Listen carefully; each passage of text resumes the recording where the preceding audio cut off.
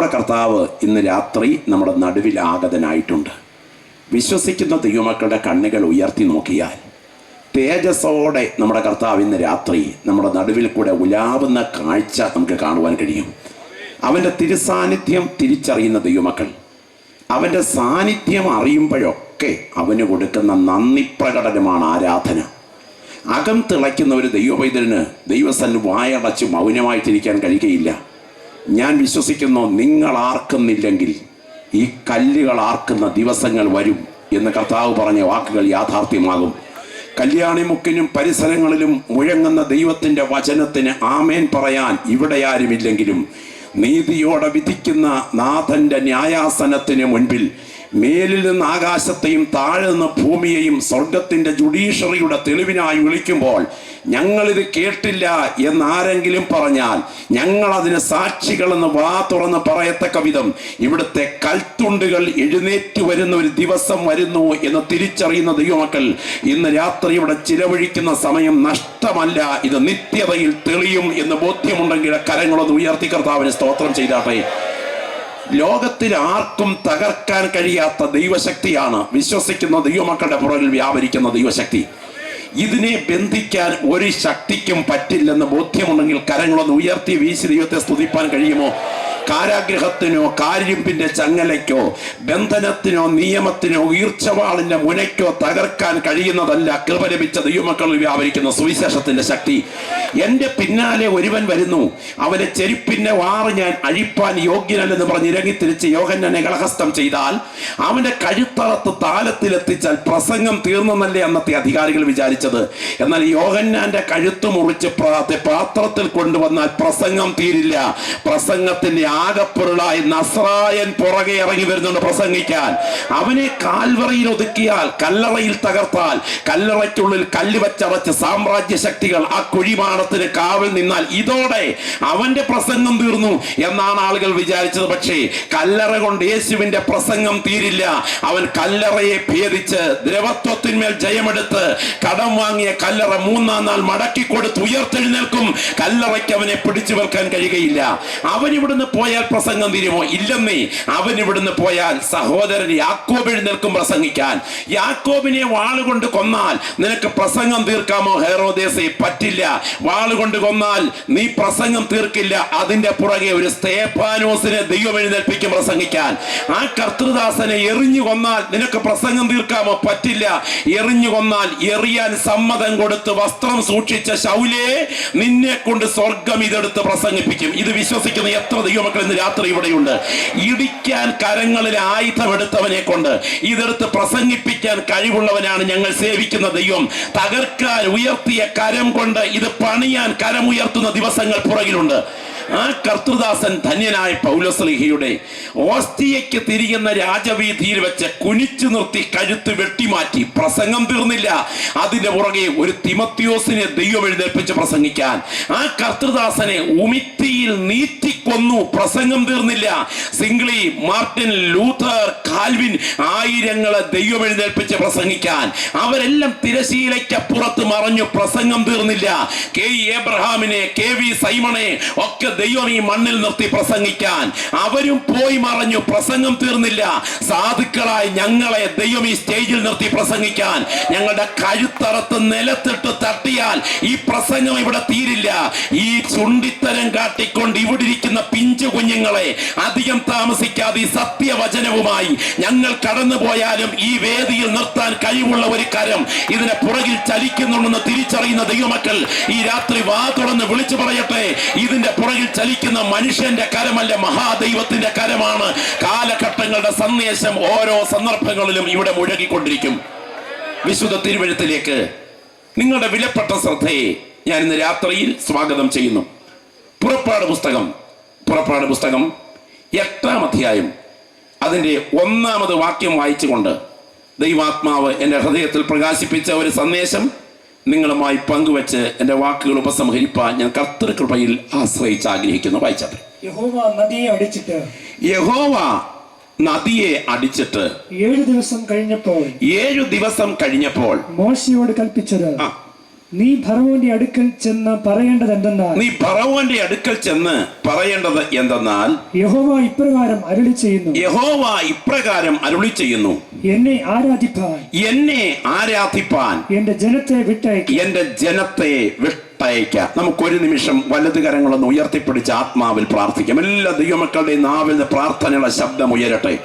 ഞാൻ ഇന്ന് രാത്രിയിൽ പറയട്ടെ, എന്റെ പിൻപിലിരിക്കുന്ന കർത്തൃദാസന്മാർ ആത്മാർത്ഥമായി, എന്റെ മുൻപിലിരിക്കുന്ന ജീവൻ പ്രാപിച്ച ദൈവമക്കൾ ആത്മഭാരത്തോടെ ആ വലത് കരങ്ങൾ ഉയർത്തിപ്പിടിച്ച് ഈ ദേശത്തിന് വേണ്ടി പ്രാർത്ഥിക്കുമെങ്കിൽ അന്ധകാര ശക്തികൾ മുഖം വെച്ച് നിത്യ നരകത്തിലേക്ക് വലിച്ചിഴയ്ക്കുന്ന ചില ആത്മാക്കളെ അവരുടെ തടവ് വെട്ടി പുറത്തു കൊണ്ടുവരുവാൻ ഈ രാത്രി യോഗത്തിന് പുറകിൽ ദൈവകരം ഉയർന്നുകൊണ്ടിരിക്കുന്നു.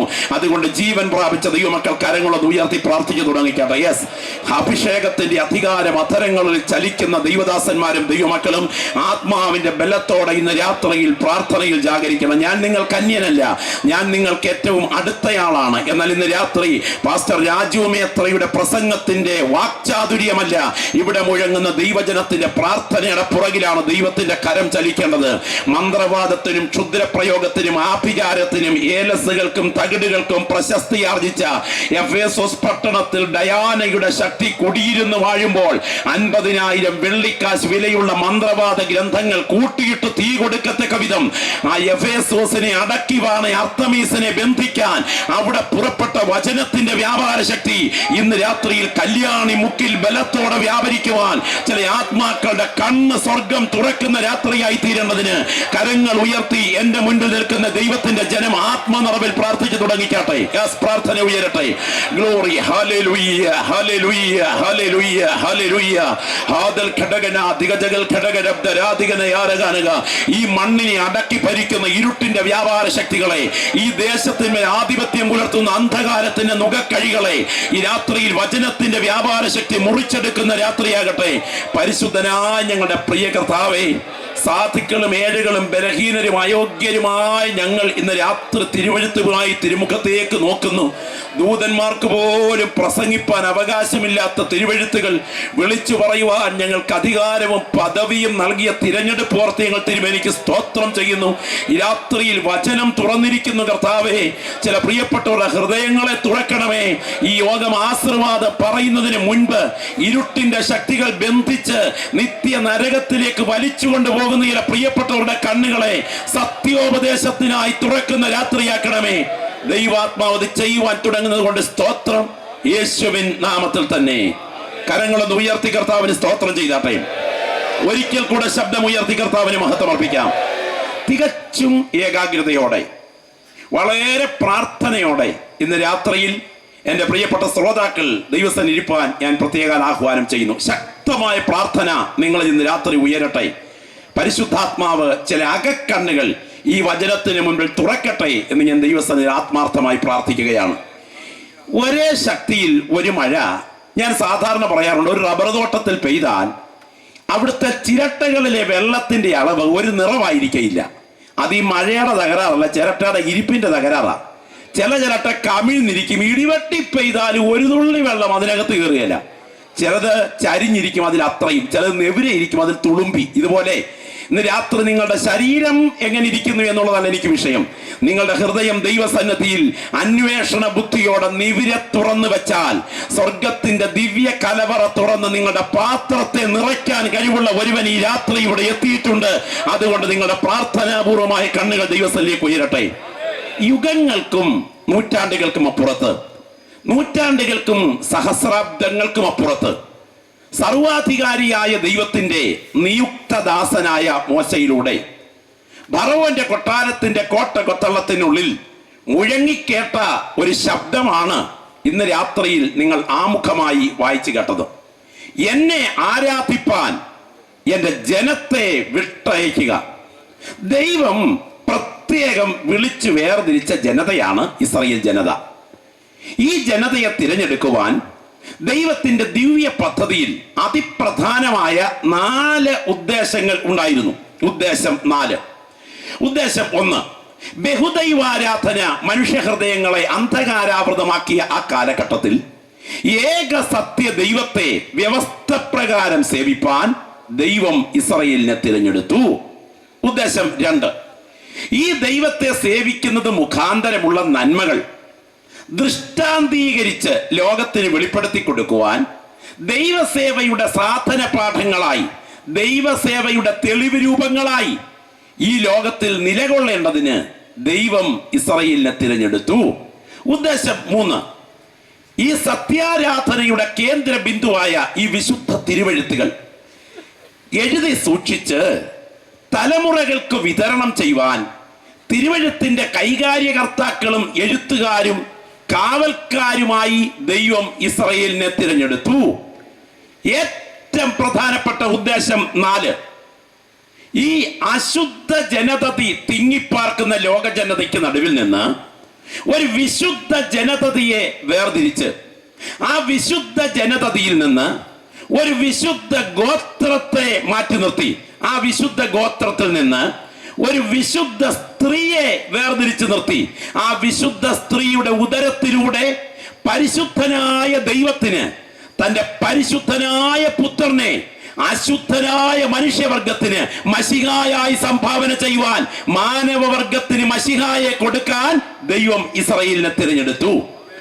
എന്നാൽ വിശുദ്ധ തിരുവെഴുത്തുകൾ പഠിച്ചാൽ ഈ ദിവ്യ ഉദ്ദേശങ്ങളെല്ലാം തകർത്തുകൊണ്ടാണ് ഇസ്രായേലിലെ ചരിത്രം മുന്നേറുന്നത്.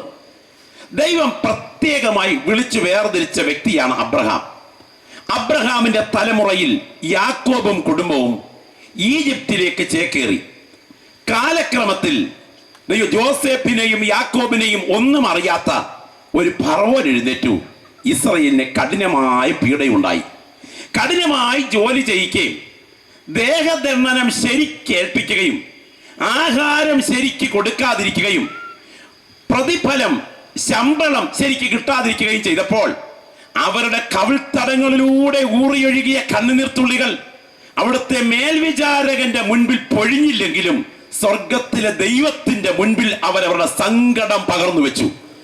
ആ നിലവിളി മേഘപാളികളെ കീറി, നക്ഷത്രമണ്ഡലങ്ങളെ മുറിച്ച്, ക്ഷീരപഥ ഗാലക്സികളെ തുളച്ച് മഹാദൈവത്തിന്റെ സിംഹാസനത്തിനു മുൻപിൽ ഉയർന്നു പൊങ്ങി പ്രപഞ്ച ചക്രവർത്തിയായ മഹാദൈവത്തിന്റെ പവിത്രമായ ചെവിത്തടത്തിൽ അവരുടെ നിലവിളി മുഴങ്ങിയെത്തി.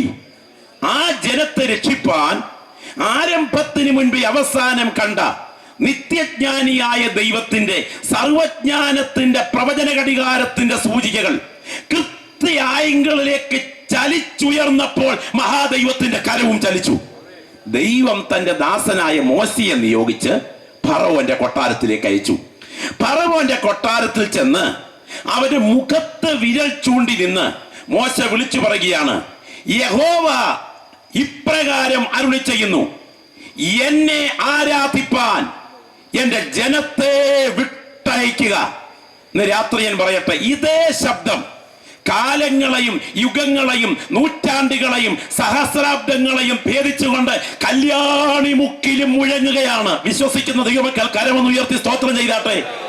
സത്യദൈവത്തെ ആരാധിപ്പാൻ, ആത്മനിറവിൽ ആരാധിപ്പാൻ, വിശുദ്ധിയിൽ ആരാധിപ്പാൻ, പ്രമാണപ്രകാരം ആരാധിപ്പാൻ, ആത്മനിറവിൽ ആരാധിപ്പാൻ, വേർപെട്ട് ആരാധിപ്പാൻ ജനത്തെ വിട്ടയക്കുക.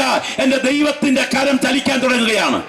ഇതിനു വേണ്ടി ഇവിടെ പ്രാർത്ഥിക്കാൻ എത്ര ദൈവമക്കൾ ഇവിടെയുണ്ട്? വാപൂട്ടി മൗനമായി കാഴ്ചക്കാരെ പോലെ ഇരിക്കാനല്ല കൃപ ലഭിച്ച ദൈവമക്കൾ നീ ഇന്ന് രാത്രി ദിവസത്തിലിരിക്കുന്നത്.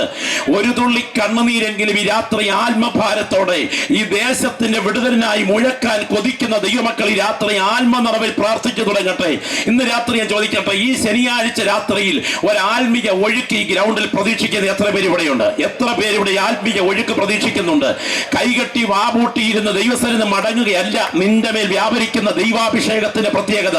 ഇന്ന് രാത്രി നമുക്കൊരു ചെറിയ മഴ പോരാ, ഒരു ചെറിയ ഒഴുക്കുന്ന രാത്രി പോരാ. ആത്മസ്നാനം അനുഭവിച്ചറിയുന്ന ചില ദൈവമക്കൾ ഇന്ന് രാത്രി ഇതിനകത്തുണ്ടല്ലോ.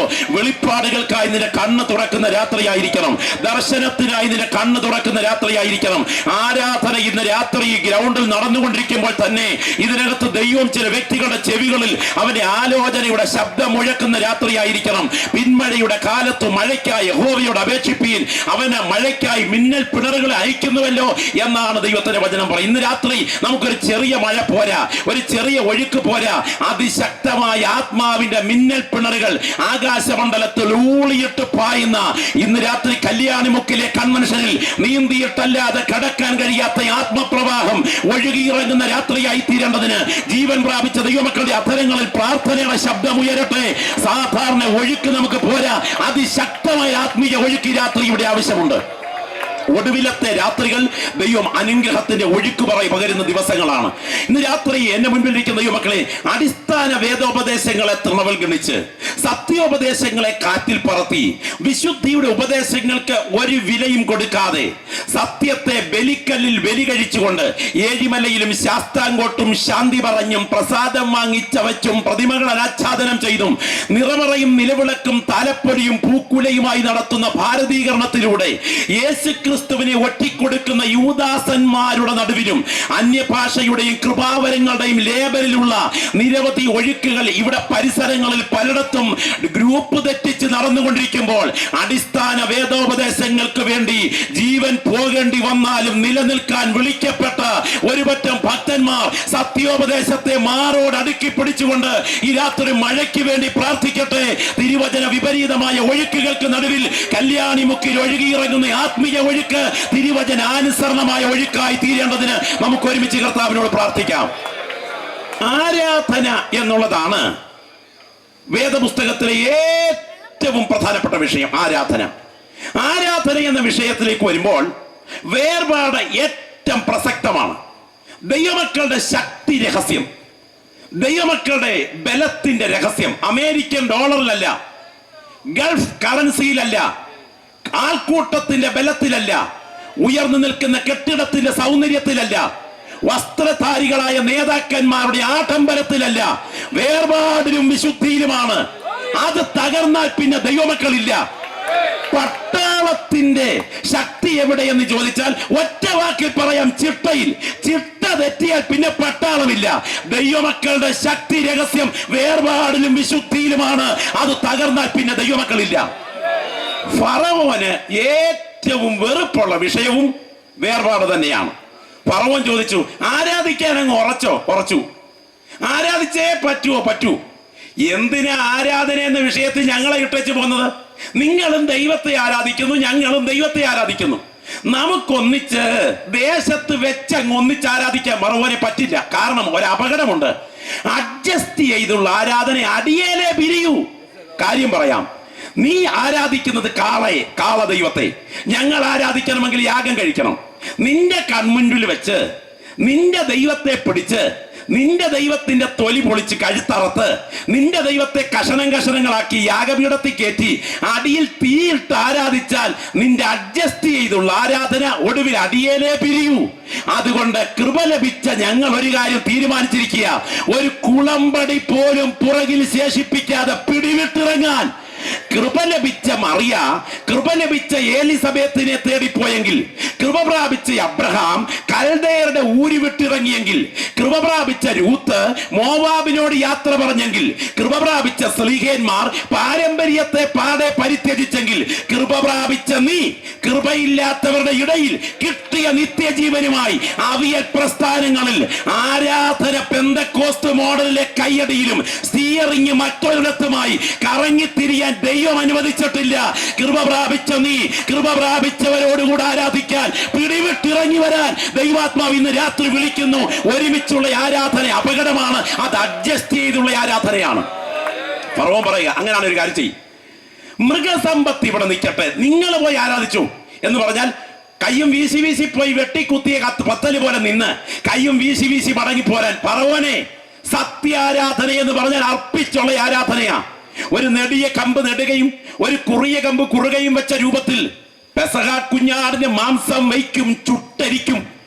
ഇന്നേക്ക് 2000 കൊല്ലങ്ങൾക്ക് പുറകിൽ ഒരു പച്ച പൈൻമരക്കുരിശ് നെടുകയും ഒരു പച്ച പൈൻമരക്കുരിശ് കുറുകയും വെച്ച രൂപത്തിൽ തലയിൽ മുൾമുടി അണിഞ്ഞവനായി, മുഖത്തെ രോമങ്ങൾ വലിച്ചു പറിക്കപ്പെട്ടവനായി, വിലാവ് കുത്തി പിളർക്കപ്പെട്ടവനായി, ആബാധ ചൂടം ചുടുനിറമൊഴുക്കിക്കൊണ്ട് അർത്ഥപ്രാണനായി അർത്ഥനഗ്നനായി ക്രൂശിന്റെ ഭാരത്താൽ സന്ധിബന്ധങ്ങൾ തകർന്ന് കൊടും ചൂടിനാൽ ശരീരം ചുട്ടരിഞ്ഞ് ദാഹത്താൽ സർവാംഗവും തളർന്ന് അർത്ഥപ്രാണനായി എന്റെ ദൈവമേ നീ എന്നെ കൈവിട്ടതെന്നുള്ള നിലവിളിക്ക് മുൻപിൽ തന്റെ പുത്രൻ അലറിക്കരയുമ്പോൾ ദൈവക്രോധത്തിന്റെ തീനാമ്പുകൾ ഗോൽഗോത്തയുടെ ഉച്ചയിൽ തന്റെ ഓമന കുമാരന്റെ മേൽ വെന്തരിഞ്ഞു.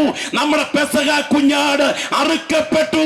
അവന്റെ വിലയേറിയ രക്തം കൊണ്ട് വിടുതൽ പ്രാപിച്ച ദൈവമക്കൾ മിസ്രയേമ്യ നാട്ടിൽ മിസ്രയേമ്യരുടെ ഇടയിൽ കിട്ടിയ നിത്യജീവനുമായി അവിയൽ പ്രസ്ഥാനങ്ങളിൽ വട്ടം കറങ്ങാനല്ല സ്വർഗം നിന്നെ വിളിച്ചത്.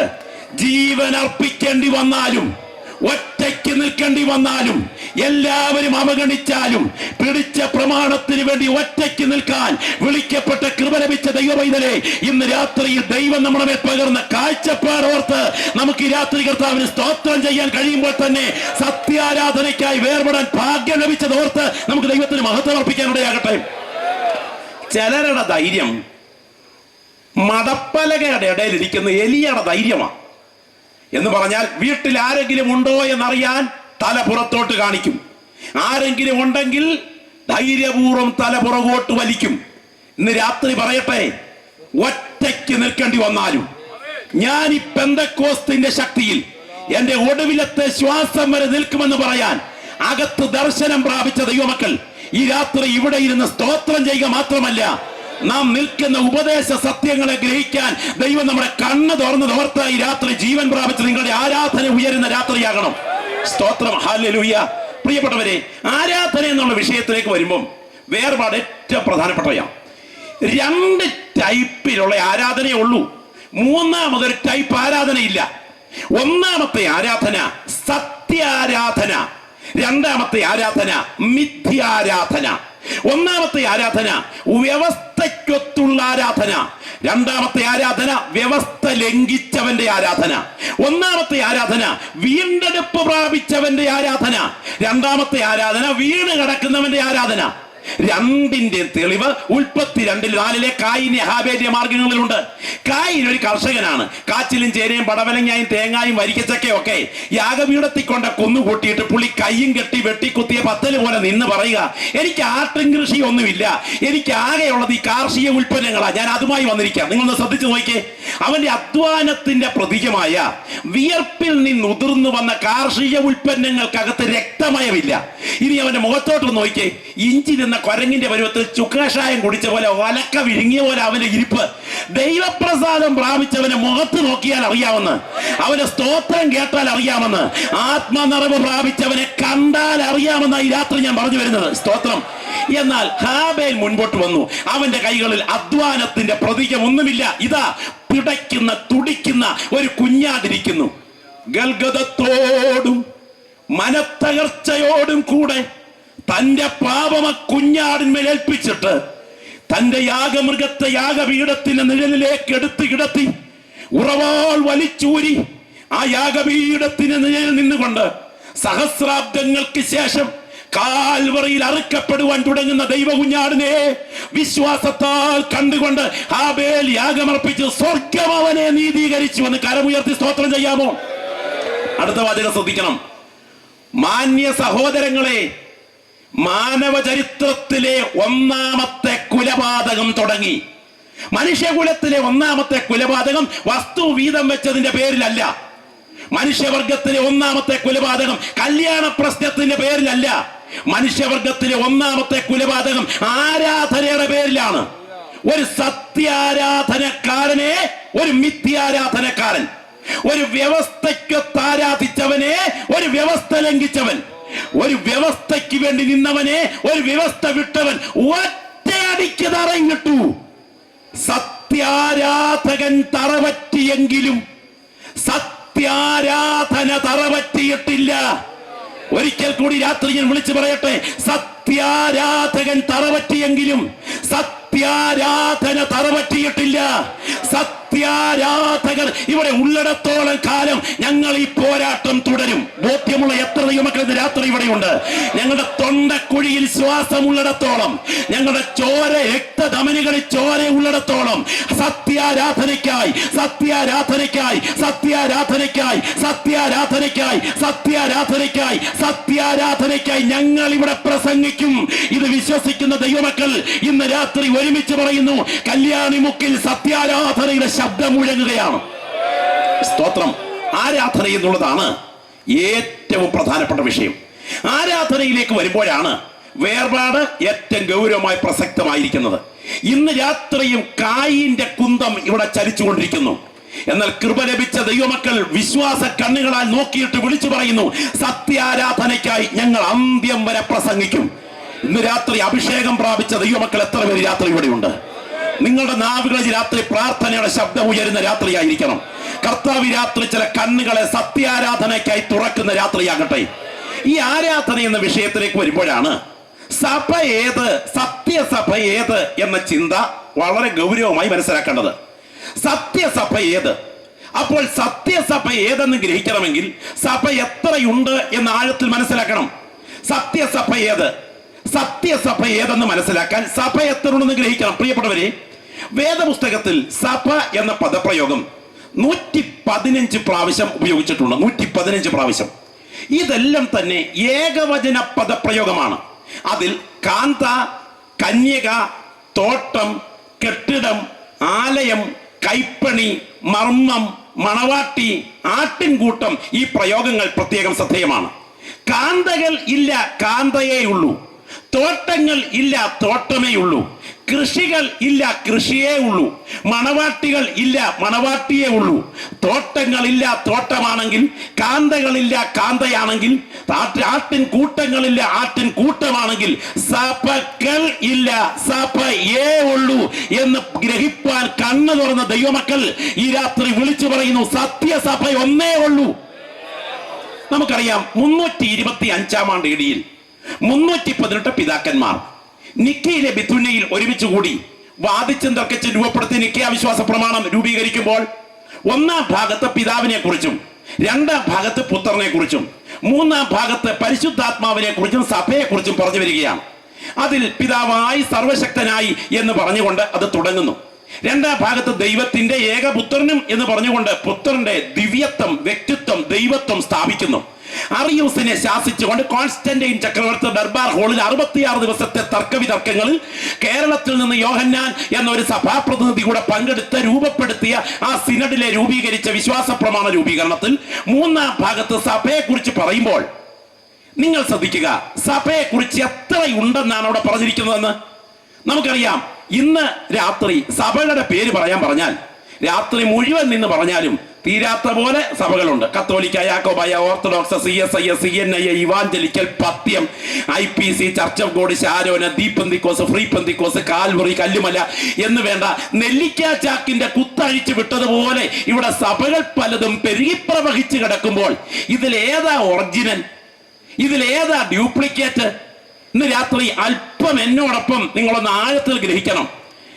പ്രിയപ്പെട്ടവരെ, കെട്ടിടം വേറെ, വെച്ചുകെട്ടുമറ വേറെ. നമുക്കറിയാം, സിമന്റ് പൂച്ചു വെക്കാനും മേസ്തിരിമാർക്ക് ഇരിക്കാനും വാർപ്പ് കെട്ടിടങ്ങൾക്ക് തട്ടുമുട്ടും വെച്ചുകെട്ടുമറയും ഉണ്ടാക്കാറുണ്ട്. ഈ കാണുന്ന സംഘടനകളെല്ലാം കേവലം വെച്ചുകെട്ടുമറയാണ്. വെച്ചുകെട്ടുമറയ്ക്കല്ല പെയിന്റ് അടിക്കുന്നത്, കെട്ടിടത്തിനാ. വെച്ചുകെട്ടുമറയ്ക്കല്ല തേപ്പ് നടത്തുന്നത്, കെട്ടിടത്തിനാ. പണി പൂർത്തിയാക്കി തട്ട് പൊളിക്കാറായതിനു ശേഷവും വെച്ചുകെട്ടുമറ നിർത്തി പെയിന്റ് ചെയ്തുകൊണ്ടിരുന്നാൽ അവനെ ഊളംപാറയോ മാങ്ങാനത്തോ തന്നെ അടിയന്തര ചികിത്സയ്ക്ക് വിധേയമാക്കണം. അങ്ങനെ ആരും ചെയ്യാറില്ല. എന്ന് പണി പൂർത്തിയാക്കുമോ അന്ന് ഈ വെച്ചുകെട്ടുമറ വലിച്ചു പൊളിക്കും.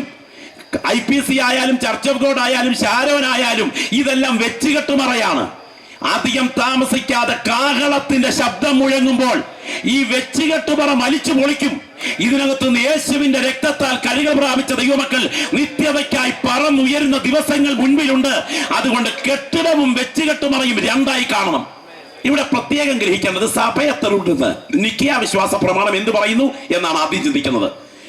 325 ആണ്ട് ഇടയിൽ രൂപപ്പെടുത്തിയ വിശ്വാസ പ്രമാണത്തിലെ ശബ്ദം അതുപോലെ എടുത്താൽ പിതാവിൽ നിന്ന് പുറപ്പെട്ട് പിതാവിനോടും പുത്രനോടും കൂടെ വന്ദിക്കപ്പെടുന്നവരും സ്തുതിക്കപ്പെടുന്നവരും നിബ്ബന്മാരും സ്ത്രീകന്മാരും മുഖാന്തരം സംസാരിച്ച ജീവനും വിശുദ്ധിയുമുള്ള ഏക റൂഹായിലും കാതോലികവും അപ്പസ്തോലികവും സ്ലൈഹികവും ഏകവും വിശുദ്ധവുമായ സഭയിലും ഞങ്ങൾ വിശ്വസിക്കുന്നു എന്ന് പിതാക്കന്മാർ എഴുതി വച്ചിരിക്കുമ്പോൾ ജീവൻ പ്രാപിച്ച ദൈവമക്കൾ രണ്ട് കൈകൾ ഉയർത്തി പറയുന്നു. അത് യാഥാർത്ഥ്യമാണ്.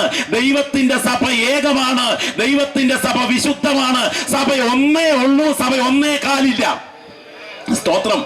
അങ്ങനെയാണെങ്കിൽ ഏതാണ് ആ യഥാർത്ഥ സഭ? ഇന്നേക്ക് ചില വർഷങ്ങൾക്ക് പുറകിൽ മല്ലപ്പള്ളിക്കാരൻ ഒരപ്പച്ചൻ എന്നോട് പറഞ്ഞ ഒരു സംഭവം ഞാൻ ഓർക്കുന്നു. സെക്കൻഡ് ഹാൻഡ് കേസ് അല്ല, അദ്ദേഹം എന്നോട് പറഞ്ഞൊരു സംഭവമാണ്. ആ കാലത്ത് ഇതുപോലെ മോട്ടോർ സൗകര്യം ഒന്നും ഇല്ലാത്ത കാലത്ത് മലഞ്ചരക്ക്, കാച്ചിലും ചേനയും പടവലിങ്ങായും ഇങ്ങനെ മലഞ്ചരക്ക് സാധനങ്ങളൊക്കെ, പ്രത്യേകിച്ച് കാർഷിക സാധനങ്ങളൊക്കെ ചങ്ങനാശ്ശേരി ചന്തയ്ക്ക് കൊണ്ടുപോകുന്ന കാലം. അന്ന് വെളുപ്പിനെ 3, 3:30, 4 മണിയാകുമ്പോ ഈ കാളവണ്ടിക്കകത്ത് ഇതെല്ലാം കൂടെ വെച്ച് കെട്ടി കുത്തിക്കെട്ടി റെഡിയാക്കിയിട്ട് പുള്ളിക്കാരൻ നേരെ ഈ കാളയുടെ ഇഴുക അഥവാ മുഖമെടുത്ത് കാളയുടെ കഴുത്തേൽ സെറ്റ് ചെയ്തതിനു ശേഷം മുകളിലോട്ട് കയറിയിരുന്ന് ഇങ്ങനെ 2 പ്രയോഗം അങ്ങോട്ട് പ്രയോഗിച്ചേച്ച് ഇരുന്ന് ഉറക്കം അങ്ങോട്ട് തുടങ്ങും. ചിലർ യോഗത്തിനകത്തിരുന്ന് ഉറങ്ങുന്ന പോലെ. സ്തോത്രം. പിന്നെ കാളയൊരു പോക്ക എന്ന് പറഞ്ഞാൽ കാളയ്ക്ക് സ്ഥിരപരിചയം കൊണ്ട് ചങ്ങനാശ്ശേരി ചന്ത ശരിക്കറിയാം. അതുകൊണ്ട് മല്ലപ്പള്ളി ചന്തയിൽ നിന്ന് നേരെ ചങ്ങനാശ്ശേരിക്ക് കാള പോകുന്ന പോക്ക് കണ്ടോ? കറുകച്ചാൽ ജംഗ്ഷനോട് അടുക്കും. നിങ്ങൾക്കൊക്കെ അറിയാമല്ല, കറുകച്ചാൽ ജംഗ്ഷൻ. നേരെ പോയാൽ കോട്ടയത്ത് ചെല്ലും, വലത്തോട്ട് പോയാൽ പത്തനാട്ട് അല്ലെങ്കിൽ മണിമല ചെല്ലും, ഇടത്തോട്ട് പോയാൽ ചങ്ങനാശ്ശേരി ചെല്ലും. ഈ 4 കൂടിയ കവലയിലോട്ട് ഈ കാള അടുത്തോണ്ടിരിക്കുമ്പോ കാളയ്ക്കറിയാം ഇടത്ത് തിരിഞ്ഞു പോയാൽ ചങ്ങനാശ്ശേരി ചന്തയിലാണെന്ന്. ആ കാലഘട്ടത്തിൽ 25 പൈസയുടെ കാജാബീടിയും ചപ്പി തലയിൽ ഓരോ വട്ടക്കെട്ടും കെട്ടി പാവപ്പെട്ടവനെയൊക്കെ വട്ടം കറക്കാൻ ഒരു തൊഴിലുമില്ലാതെ നിൽക്കുന്ന കുറെ എണ്ണം രാത്രികളൊക്കെ ആ പരിസരങ്ങളിൽ ഉണ്ടായിരുന്ന കാലം. ഈ അപ്പച്ചൻ ഇങ്ങനെ ഇരുന്ന് ഉറങ്ങുക.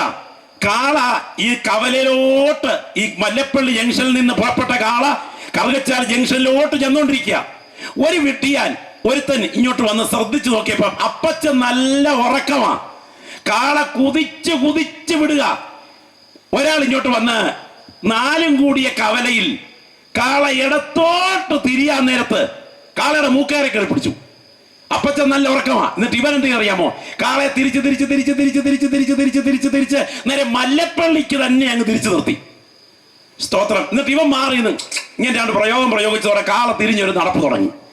എന്തായാലും വേണ്ടില്ല, വെളുപ്പാൻ കാലത്ത് ചങ്ങനാശ്ശേരി ചന്തയിൽ ചരക്കി എന്നും വെച്ച് വായിക്കിടന്ന് താമ്പൂല മിശ്രിതം അഥവാ മുറുക്കാൻ ഒക്കെ നീട്ടി തുപ്പി കണ്ണൊക്കെ ഒന്ന് തുറന്നു നോക്കിയപ്പോണ്ടല്ലോ മല്ലപ്പള്ളിയിലോട്ട് വണ്ടി വന്നോണ്ടിരിക്കുക. ഇതിനിടയ്ക്ക് എന്നാ പറ്റിയത്? മൂക്കുകയറെ പിടിച്ച് തിരിച്ചു വിട്ടു. ഇത്രേ ഉള്ളൂ. ഞാന് അപ്പച്ചനും മൂക്കയറും കാളവണ്ടിയും ഒന്നും പറയാനല്ല വന്നത്. ഒരു കാര്യം നിങ്ങളുടെ മനസ്സിലാക്കാൻ വന്നതാ. സെഹിയോൻ മാളിക മുറിയിൽ മറിയ ഉൾപ്പെടെയുള്ള മറിയമാർ മദ്യപിച്ച് മറിയുന്നേ എന്ന് മറ്റുള്ളവർ പരിഹസിക്കുമാറ് അന്യഭാഷയിൽ ആരാധിച്ച് ദൈവത്തിന്റെ തിരുസഭയെ ചരിത്രത്തിന്റെ യാത്രയിൽ സാത്താൻ മൂക്കുകയറെ പിടിച്ച് തിരിച്ചുവിട്ടെങ്കിലും കൃപയാൽ സത്യം മനസ്സിലാക്കാൻ കല്യാണിമുക്കിലും പരിസരങ്ങളിലും ഒരുപറ്റം ദൈവമക്കളുടെ കണ്ണ് എന്റെ ദൈവം തുറന്നതോർത്ത് കൃപ ലഭിച്ച ദൈവമക്കൾ ഇരിക്കുന്ന ഇരിപ്പിൽ കണ്ണുകൾ ഉയർത്തി ദൈവ സാന്നിധ്യം തിരിച്ചറിയുന്നെങ്കിൽ ആ കരം ഉയർത്തി കർത്താവിനെ മഹത്വപ്പെടുന്ന രാത്രിയാകട്ടെ. സ്തോത്രം. ഹല്ലേലൂയ. എങ്ങനെ സംഭവിച്ചു? ഇതെങ്ങനെ സംഭവിച്ചു? സഭാ ചരിത്രത്തിലേക്ക് എന്റെ ശ്രോതാക്കൾ ഒരു നിമിഷം ശ്രദ്ധ ഉയർത്തുക. ക്രൈസ്തവ സഭയുടെ ചരിത്രം നമ്മൾ പഠിക്കുമ്പോൾ ബാബിലോണിയ ചരിത്രത്തിലേക്ക് നിങ്ങളുടെ കണ്ണുകളൊന്ന് ഉയർന്നു പോകണം. ബാബിലോൺ ഏറ്റവും വലിയ ശക്തനായ ഭരണാധികാരി നിമ്രോദ് എന്ന നായാട്ടുവീരനായിരുന്നു. നിമ്രോദ് അദ്ദേഹം ഇറ്റലിയുടെ ആ കാലഘട്ടത്തിൽ അറിയപ്പെട്ട ഒരു ഭരണാധികാരിയായിരുന്നു. അയാൾ എങ്ങനെയോ കൊല്ലപ്പെട്ടു. സത്യാരാധനയ്ക്ക് നേതൃത്വം നൽകിയ ഭക്തന്മാരുടെ നടുവിൽ നിന്നുണ്ടായ പോരാട്ടത്തിൽ നിമ്രോദിനെ കഷണങ്ങളായി വെട്ടി നുറുക്കി കുലങ്ങൾക്ക് അയച്ചു കൊടുത്തു എന്നാണ് പുരാരേഖ. എന്തിനുമാകട്ടെ, നിമ്രോദ് ഒരു ദുർമന്ത്രവാദ കുടുംബത്തിന് പശ്ചാത്തലം പേർന്നവനായിരുന്നു. നിമ്രോദിന്റെ ഭാര്യ സെറാമീസ്, ശ്രദ്ധിക്കൂ, അതാണ് അവിടെ പേര്, സെറാമീസ്. സത്യം മനസ്സിലാക്കിക്കൊണ്ട് വേണം ഇന്ന് രാത്രി സ്തോത്രം ചെയ്യാൻ. സെറാമീസ് അവൾ അത്യപൂർവമായ സൗന്ദര്യവതിയും അപ്പോൾ തന്നെ ഒരു മ്ലേച്ഛവതിയുമായിരുന്നു. ആ ദുർമാർഗിയായ സ്ത്രീ എൻസൈക്ലോപീഡിയ ബ്രിട്ടാനിക്കയിൽ സഭാചരിത്രം വിശദീകരിച്ചിരിക്കുന്ന ഭാഗം കൊട്ടേറ്റ് ചെയ്ത് പറഞ്ഞാൽ ഉദരത്തിൽ ഒരു കുഞ്ഞിന് അവിഹിതമായി ജന്മം നൽകി.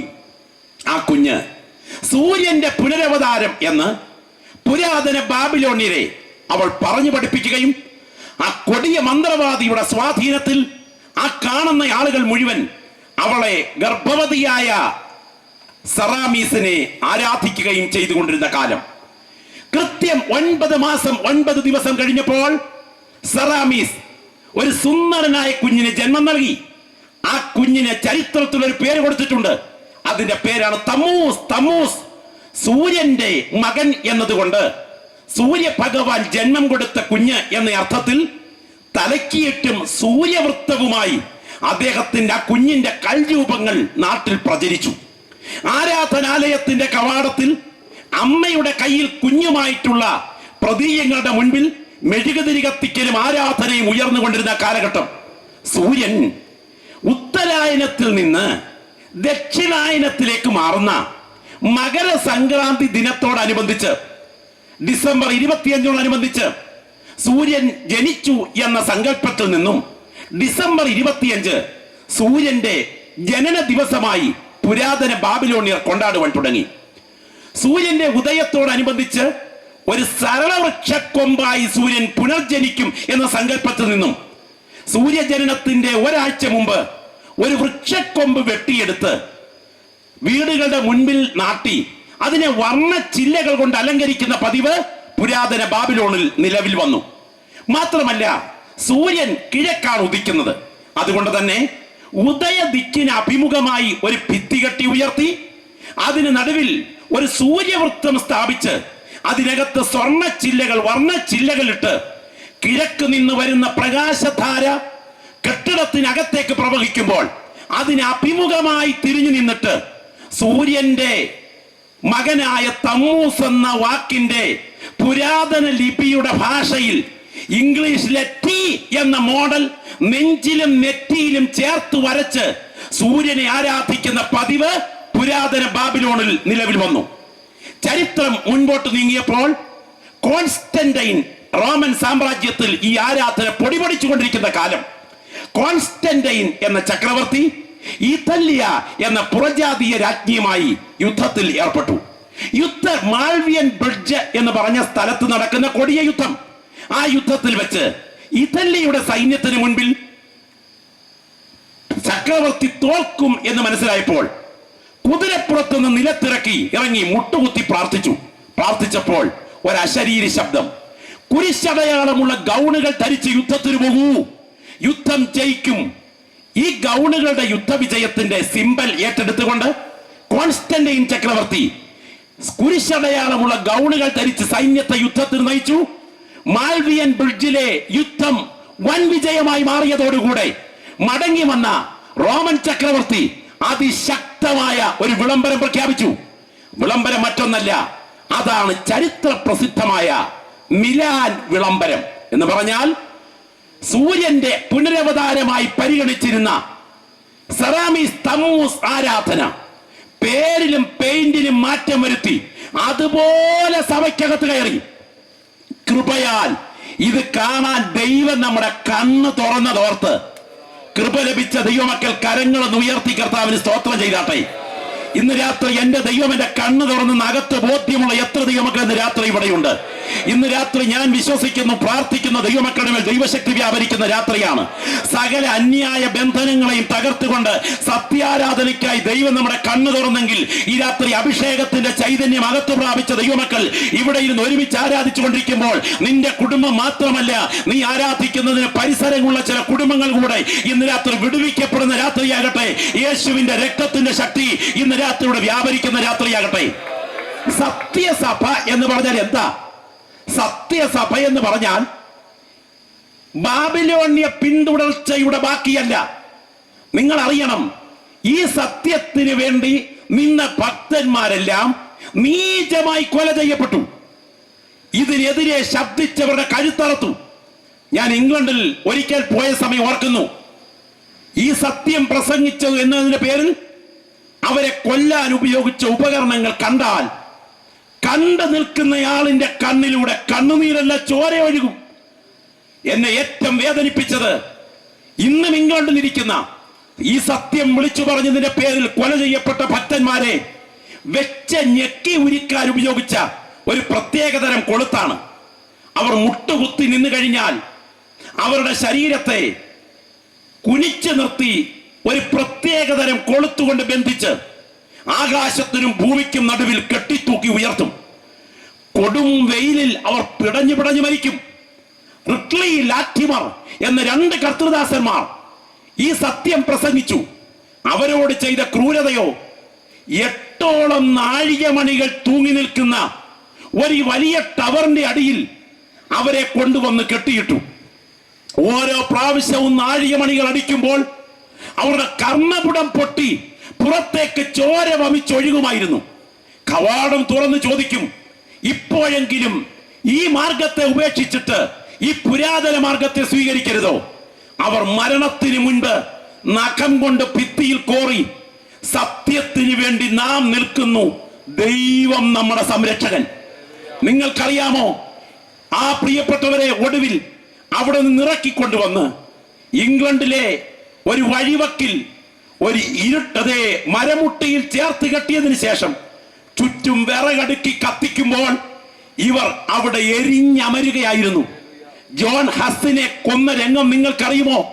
ഇരുമ്പ് കട്ടിലിൽ മലർത്തി കിടത്തിയിട്ട് അദ്ദേഹത്തെ ചുട്ടു കൊന്നതിന് ശേഷം ജോൺ വിക്ലിഫിനെ കൊന്ന ഇടത്ത് നിന്നും അദ്ദേഹത്തിന്റെ ശരീരത്തൂളികൾ കിടന്ന പൊടി വാരിയെടുത്ത് ഈ കൂട്ടത്തിൽ ഇംഗ്ലണ്ടിലെ തേംസ് നദിയിൽ കലക്കുകയായിരുന്നു.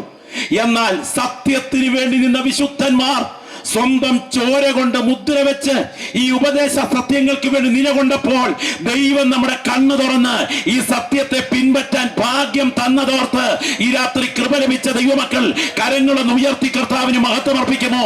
ഈ രാത്രി കൃപ ലഭിച്ച കർത്തൃദാസന്മാരെ, ആത്മനിറവ് പ്രാപിച്ച ദൈവമക്കളെ, ഒറ്റയ്ക്ക് നിൽക്കേണ്ടി വന്നാലും ഞാൻ ഈ പ്രമാണത്തിന് വേണ്ടി നിൽക്കുമെന്ന് പറയുവാൻ അകത്ത് ബോധ്യമുള്ള ദൈവമക്കളുടെ അധരങ്ങൾ ഈ രാത്രിയുടെ ആരാധനയിൽ ചലിച്ചുയരുന്ന രാത്രിയാകട്ടെ.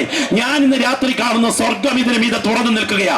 ദൂതന്മാർ ഇവിടെ കുനിഞ്ഞു നോക്കിക്കൊണ്ടിരിക്കുന്ന രാത്രിയാ.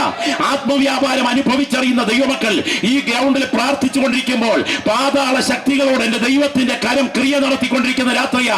ദൈവം നമ്മുടെ കണ്ണ് തുറന്ന് തോർത്ത് ഈ രാത്രി ഇവിടെ ഇരുന്ന് കർത്താവിനെ ആരാധിക്കണം. അങ്ങനെയാണെങ്കിൽ പുരാതന ബാബിലോണ്യ മതത്തിന്റെ പിന്തുടർച്ചയല്ല ഞങ്ങൾ ഇന്ന് രാത്രി പ്രസംഗിക്കുന്ന സത്യസഭ, അതിൽ നിന്ന് വിപരീതമാണ് സത്യസഭ. ഇനിയും യഹൂദ മതത്തിന്റെ പിന്തുടർച്ചയാണോ സത്യസഭ? നിങ്ങൾ ബൈബിൾ പഠിച്ചു നോക്കൂ. യഹൂദ മതം ആരാധനയ്ക്ക് ഉപയോഗിക്കുന്നത് നിർണയിക്കപ്പെട്ട സ്ഥലം, നിർണയിക്കപ്പെട്ട സമയം, നിർണയിക്കപ്പെട്ട വസ്ത്രവിഭൂഷിതനായ കാർമികൻ, നിർണയിക്കപ്പെട്ട ഉപകരണങ്ങൾ, ഇവ 4 ഒത്തിണങ്ങിയാണ്. എന്നാൽ പുതിയ നിയമസഭയ്ക്കോ ആരാധനയ്ക്ക് നിർണയിക്കപ്പെട്ട സ്ഥലം ഇല്ല, ആരാധനയ്ക്ക് നിർണയിക്കപ്പെട്ട സമയം വേണ്ട, ആരാധനയ്ക്ക് നിർണയിക്കപ്പെട്ട കാർമികൻ വേണ്ട, ആരാധനയ്ക്ക് നിർണയിക്കപ്പെട്ട ഉപകരണം വേണ്ട. സ്തോത്രമെന്ന യാഗമർപ്പിക്കുന്നവൻ എന്നെ മഹത്വപ്പെടുത്തുന്ന വചനപ്രകാരം കൃപ ലഭിച്ച 4 ദൈവമക്കൾ സ്തോത്രം ചെയ്ത് തുടങ്ങുമ്പോൾ അവിടെ ദൈവ സാന്നിധ്യം പറന്നിറങ്ങുന്നതാണ് പുതിയ നിയമസഭയിലെ ആരാധന. എല്ലാ ദിവസവും ചെന്നാൽ പഴയ നിയമത്തിൽ ആരാധിക്കാൻ പറ്റില്ല, ശനിയാഴ്ച തന്നെ ചെല്ലണം. എന്നാൽ പുതിയ നിയമത്തിൽ ശനിയാഴ്ച എന്നുള്ള ആരാധനാ ദിവസമില്ല, ഞായറാഴ്ചയുമില്ല. തൽസമയത്ത് കൃപ പ്രാപിക്കേണ്ടതിന് ധൈര്യത്തോടെ കൃപാസനത്തിലേക്ക് അടുത്തിയെല്ലാൽ ഏത് സമയത്ത് നിനക്ക് മുട്ടുമടക്കിയാൽ സ്വർഗം നിന്റെ തലയ്ക്ക് മുകളിൽ തുറക്കുന്ന ആരാധനയാണ് പുതിയ നിയമസഭയുടെ ആരാധന. പഴയ നിയമത്തിലെ ആരാധനയ്ക്ക് ആരാധനയിൽ ആരാധകർ നിൽക്കുന്നത് ആരാധനയുടെ ഉപകരണങ്ങൾ ഇരിക്കുന്ന ദിക്കിലേക്കാണ്. നിർണയിക്കപ്പെട്ട ദിക്കുണ്ട്. പ്രാർത്ഥിക്കാം എന്ന് പറഞ്ഞാൽ ഉടനെ എന്ന് പറഞ്ഞ് ഒരു ദിക്കിലേക്ക് തിരിയണം. അത് പടിഞ്ഞാറ് ദിശയിലേക്കാണ്. ഞാനോ നിന്റെ കൃപയുടെ ബഹുത്വത്താൽ നിന്റെ ആലയത്തിലേക്ക് ചെന്ന് നിന്റെ വിശുദ്ധ മന്ദിരത്തിന് നേരെ നിങ്കലുള്ള ഭക്തിയോടെ ആരാധിക്കും. ഒന്ന് കരമുയർത്തി കർത്താവിനെ മഹത്വപ്പെടുത്താമോ? അങ്ങനെയാണെങ്കിൽ ദേവാലയത്തിലെ പെട്ടകം ഇരിക്കുന്നത് പടിഞ്ഞാറ് സ്ഥാനത്ത്, ദേവാലയത്തിന്റെ പ്രവേശന കവാടം കിഴക്ക്, കിഴക്കേ വാതിലിലൂടെ അകത്ത് കയറി പെട്ടകം വെള്ളമിരിക്കുന്ന ദിക്കിലേക്ക് നോക്കിയാണ് പഴയ നിയമത്തിൽ ആരാധിക്കുന്നത്. എന്നാൽ പുതിയ നിയമത്തിലേക്ക് വരുമ്പോൾ ആരാധനയ്ക്ക് നിർണയിക്കപ്പെട്ട ദിക്കില്ല. 2 or 3 പേർ എന്റെ നാമത്തിൽ കൂടി വന്നാൽ അവരുടെ പടിഞ്ഞാറും കിഴക്കും വരാമെന്നല്ല, അവരുടെ നടുക്ക് വരാമെന്നാണ് ഇന്ന് രാത്രി ഞാൻ ആരാധിക്കുന്ന എന്റെ നാഥന്റെ വാഗ്ദത്തമെങ്കിൽ, ആരാധിക്കുന്നവന്റെ പുറം കാണാൻ പുറകിൽ വരാതെ, ആരാധിക്കുന്നവന്റെ മുഖം കാണാൻ നടുവിൽ വരുന്നവനെയാണ് രാത്രി സ്തോത്രം ചെയ്യുന്ന ദൈവമക്കൾ കണ്ണുകൾ ഉയർത്തിക്കാണ് അവൻ ആരാധകരുടെ നടുവിൽ വരുന്നു. ആരാധനയ്ക്ക് ദിക്ക് പുതിയ നിയമത്തിലില്ല. ഇനി ആരാധനയ്ക്ക് നിർണയിക്കപ്പെട്ട ഉപകരണങ്ങളുണ്ടോ? വേണ്ട. ചട്ടി, ചട്ടുകം, കത്രിക, മണി, മണം, മണിയടി, ഇതൊക്കെ പഴയ നിയമത്തിലുണ്ട്. എന്നാൽ പുതിയ നിയമത്തിലോ ചട്ടി വേണ്ട, ചട്ടുകം വേണ്ട, കത്രിക വേണ്ട, മണി വേണ്ട, മണം വേണ്ട, മണിയടി വേണ്ട. സ്തോത്രമെന്ന യാഗമർപ്പിക്കുന്നവൻ എന്നെ മഹത്വപ്പെടുത്തുന്ന വചനപ്രകാരം 4 ദൈവമക്കൾ ഒരുമിച്ച് ചേർന്ന് എന്റെ ദൈവത്തെ ആരാധിക്കാൻ തുടങ്ങിയാൽ അവിടെ ദൈവ സാന്നിധ്യം പറന്നിറങ്ങുന്ന ആരാധനയാണ് ഈ രാത്രി അനുഭവിച്ചറിയുന്ന ദൈവമക്കൾ ഒന്ന് സ്തോത്രം ചെയ്ത് തുടങ്ങുന്ന രാത്രി ാകട്ടെ. ഈ പന്തലിരിക്കുന്ന കൃപ ലഭിച്ച ദൈവമക്കളെ, ദൈവം നമ്മുടെ കണ്ണ് തുറന്ന് ഓർത്ത് എത്ര ശബ്ദം ഉയർത്തി കർത്താവിനെ നാം ഇന്ന് രാത്രി ആരാധിക്കണം. ആരാധനയ്ക്ക് പഴയ നിയമത്തിൽ നിർണയിക്കപ്പെട്ട ഒരു സ്ഥലം വേണം, അത് പുതിയ നിയമത്തിലില്ല. ആരാധനയ്ക്ക് നിർണയിക്കപ്പെട്ട സമയം വേണം, അത് പുതിയ നിയമത്തിലില്ല. ആരാധനയ്ക്ക് നിർണയിക്കപ്പെട്ട ദിക്ക് വേണം, അത് പുതിയ നിയമത്തിലില്ല. ആരാധനയ്ക്ക് നിർണയിക്കപ്പെട്ട ഉപകരണം വേണം, അതും പുതിയ നിയമത്തിലില്ല. ഇനി പഴയ നിയമത്തിൽ ആരാധനയ്ക്ക് നിർണയിക്കപ്പെട്ട അങ്ങേര് വേണം. താമ്രമണി, പീതരത്നം, വജ്രം, ഗോമേതകം, നീലക്കല്ല്, മാണിക്യം, മരതകം, വൈഢൂര്യം, പുഷ്പരാഗം എന്നിത്യാദി രത്നങ്ങളുടെ പ്രത്യേക മാർപ്പതക്കമൊക്കെ അലങ്കരിച്ച് ഉള്ളിയുടെ താടി, അതേ വേര് പോലുള്ള താടി തടവി തടവി വരുന്ന ആ മഹാപുരോഹിതൻ പഴയ നിയമ ആരാധനയ്ക്ക് മക്കളെ മക്കളെ എന്ന് പറഞ്ഞ് ആരാധനയ്ക്ക് നേതൃത്വം നൽകാൻ പഴയ നിയമ ദൈവാലയത്തിൽ എത്തുമ്പോൾ, പുതിയ നിയമത്തിൽ വരുമ്പോൾ അങ്ങനെ പരിപാടി പുതിയ നിയമത്തിനില്ല. പറിച്ചു കീറിക്കളഞ്ഞ ലേവ്യ പൗരോഹിത്യത്തിന്റെ പുറങ്കുപ്പായം തുന്നിത്തയ്ച്ച് നടത്തുന്ന അഭിനയമല്ലിത്.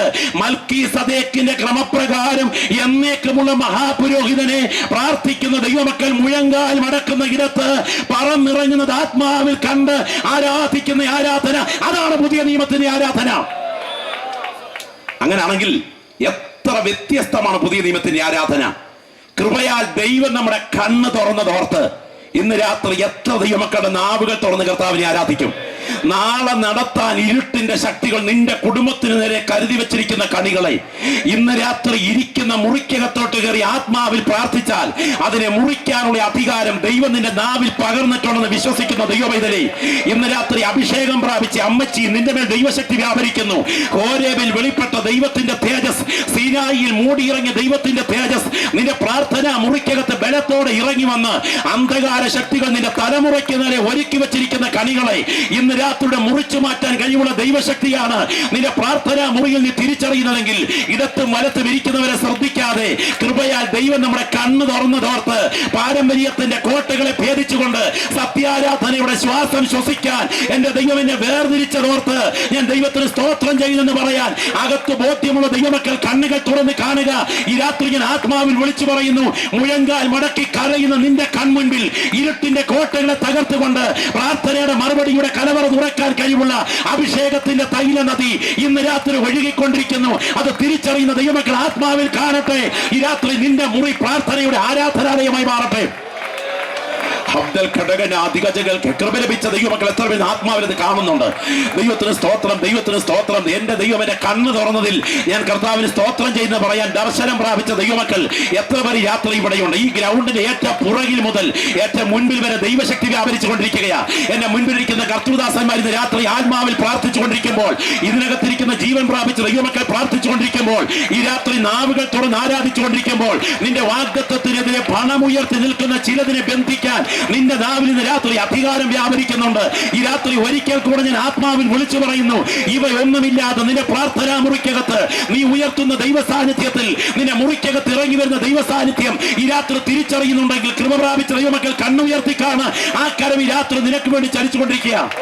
ഞാൻ ഒരിക്കൽ ഒരു അമ്മച്ചിയോട് സംസാരിച്ചപ്പോൾ അമേരിക്കയിൽ വെച്ച് അമ്മച്ചി പറഞ്ഞ വാചകം ഓർക്കുന്നു, പാസ്റ്ററെ, ഒറ്റയ്ക്കിരുന്ന് പ്രാർത്ഥിക്കുന്നതിന്റെ മറുപടി ഞാൻ നേരിട്ട് അനുഭവിച്ച രംഗങ്ങൾ ഓർക്കുന്നു. ഒരിക്കൽ എൻ്റെ കുഞ്ഞുങ്ങൾ 3 പേരും ഒരുമിച്ച് ഒരു ദീർഘയാത്ര പോയി. ഞാൻ ഗാഠമായി ഉറങ്ങുമായിരുന്നു. ഉറക്കത്തിനിടയിൽ ആത്മഭാരത്തോടെ പ്രാർത്ഥിക്കാൻ ആരോ എന്നെ തട്ടി ഉണർത്തുന്നത് പോലെ എഴുന്നേറ്റിരുന്ന് തലമുറകളുടെ വിടുതലിനായി പ്രാർത്ഥിക്കുക. ഞാൻ ഈ രാത്രി ഈ യോഗത്തിൽ ശുശ്രൂഷിച്ചു കൊണ്ടിരിക്കുമ്പോൾ തന്നെ ആത്മനിറവ് പ്രാപിച്ച ദൈവമക്കളുടെ മുഖത്തി കൂടി പറയട്ടെ, പ്രാർത്ഥിക്കേണ്ട വിഷയങ്ങൾ ഒന്നുമില്ലെങ്കിലും പ്രത്യേക സമയം പ്രാർത്ഥനയ്ക്ക് വേണ്ടി അന്തർനിയോഗം പ്രാപിച്ച് എഴുന്നേൽക്കുന്ന രംഗമുണ്ടെങ്കിൽ ഏതോ അനർത്ഥങ്ങളെ ഒഴിച്ചു മാറ്റാൻ എന്റെ ദൈവം നിന്റെ നാവിനെ ഉപയോഗിക്കുന്ന മിനിറ്റുകളാണെന്ന് തിരിച്ചറിഞ്ഞ് മൗനമാകാതെ പ്രാർത്ഥനയിൽ ജാഗരിക്കാൻ എഴുന്നേൽക്കുക. ദൈവകരം റിമോട്ട് പോലെ നിന്റെ വിഷയത്തെ തൊടുന്ന ദിവസങ്ങളായിരിക്കും. എന്തിനേറെ ആ അമ്മച്ചി പറഞ്ഞു, പാസ്റ്ററെ ഞാൻ പ്രാർത്ഥിച്ചു, ആത്മനിറവിൽ അന്യഭാഷയിൽ പ്രാർത്ഥിച്ചു, അത് കഴിഞ്ഞ് കിടന്നുറങ്ങി.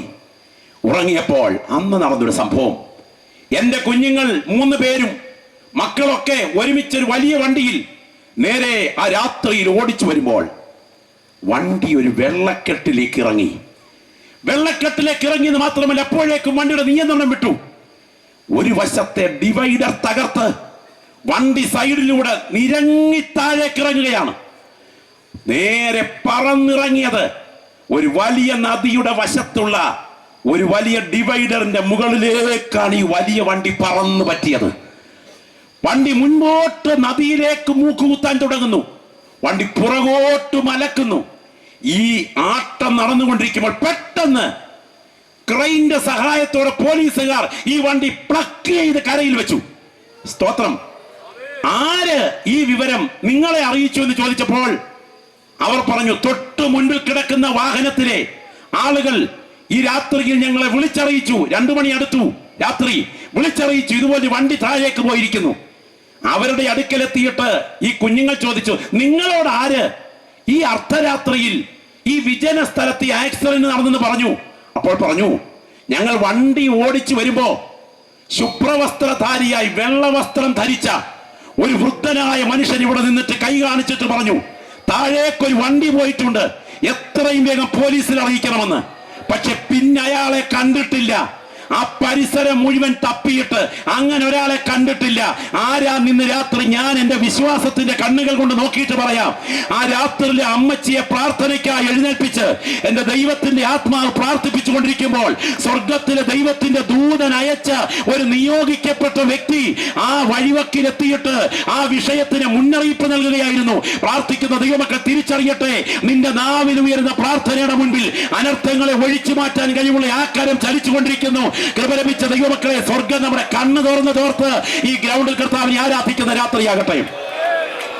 ഒറ്റയ്ക്ക് നിൽക്കേണ്ടി വന്നാലും, ജീവൻ അർപ്പിക്കേണ്ടി വന്നാലും, രക്തമൊഴിക്കേണ്ടി വന്നാലും, ഞാൻ ഈ പിടിച്ച പ്രമാണത്തിന് വേണ്ടി ഊർത്തശ്വാസം അസ്തമിക്കുന്നത് വരെ നിൽക്കുമെന്ന് പറയാൻ പ്രാഗൽഭ്യമുള്ള ദൈവമക്കൾ എത്ര പേരുടെ കരങ്ങളൊന്ന് ഉയർത്തിപ്പിടിച്ചാട്ടെ. ഞാൻ ഓർക്കുന്നുണ്ട്, റഷ്യയിൽ കമ്മ്യൂണിസ്റ്റ് ഭരണം ഉയർന്നുകൊണ്ടിരിക്കുന്ന സമയം ഒരു പള്ളിയുടെ അകത്തേക്ക് കയറിയിട്ട് ബൈബിൾ എടുത്ത് എൻട്രൻസിൽ വെച്ച് വാതുക്കൽ വെച്ച് ബൈബിളിനെ തുപ്പിപ്പോകുവാൻ മുന്നറിയിപ്പ് നൽകിക്കൊണ്ട് ചൂണ്ടിപ്പിടിച്ച തോക്കുമായി പട്ടാളക്കാർ നിലകൊള്ളുമ്പോൾ എല്ലാവരും തുപ്പിയെന്ന് കാട്ടിയും തുപ്പി ആംഗ്യം വരുത്തിയും ഒക്കെ ഇറങ്ങുന്ന സമയം ഒരു 16 വയസ്സ് പ്രായമുള്ള ഒരു പെൺകുട്ടി ഇറങ്ങി വന്നു. അനേകരുടെ തുപ്പലിനാൽ മലീമസമായ ബൈബിൾ അവളുടെ കൈകളിൽ എടുത്തു. അവളുടെ കയ്യിലുള്ള കർച്ചീപ്പ് കൊണ്ട് അവൾ തുടയ്ക്കാൻ തുടങ്ങി. പട്ടാളക്കാർ ചോദിച്ചു, ഹേ പെൺകുട്ടി, തുപ്പാനല്ലേ പറഞ്ഞത്, തുടയ്ക്കുകയാണോ? ശാന്തമായി അത് നെഞ്ചോട് ചേർത്ത് പിടിച്ചിട്ട് അവൾ പറഞ്ഞു, സാർ, തുപ്പിയിട്ട് ജീവിക്കുന്നതിനേക്കാൾ തുടച്ചിട്ട് മരിക്കുന്നതാ എനിക്ക് നല്ലത്. ആ കരങ്ങളൊന്ന് ഉയർത്തിപ്പിടിക്കാമോ? ഈ സത്യോപദേശത്തെ വലിച്ചെറിഞ്ഞിട്ട് പാരമ്പര്യത്തിലേക്ക് മടങ്ങുന്നതിനേക്കാൾ എന്റെ ശ്വാസം അസ്തമിക്കുന്നത് വരെ ഈ കൃപയിൽ നിൽക്കുന്നതാണ് എനിക്ക് വലുതെന്ന് ദർശനം പ്രാപിച്ച ദൈവമക്കൾ ഈ രാത്രി ഇത് തന്നെ വിളിച്ചു പറയട്ടെ, തുപ്പിയിട്ട് ജീവിക്കുന്നതിനേക്കാൾ തുടച്ചിട്ട് മരിക്കുന്നതാണ് എനിക്ക് നല്ലത്. അധികം താമസിക്കാതെ പട്ടാളക്കാരുടെ തോക്കുകൾ ഗർജിച്ചു. അവരുടെ വെടിയുണ്ടകൾ ആ പെൺകുട്ടിയുടെ ശരീരം മുറിച്ച് കടന്നുപോയി. അവൾ ചോരയിൽ പിടഞ്ഞ് അവിടെ അസ്തമിച്ചു. തീർന്നിട്ടില്ല അധ്യായം. കാഹളം ധ്വനിക്കുന്ന ഒരു ദിവസം വരുന്നു.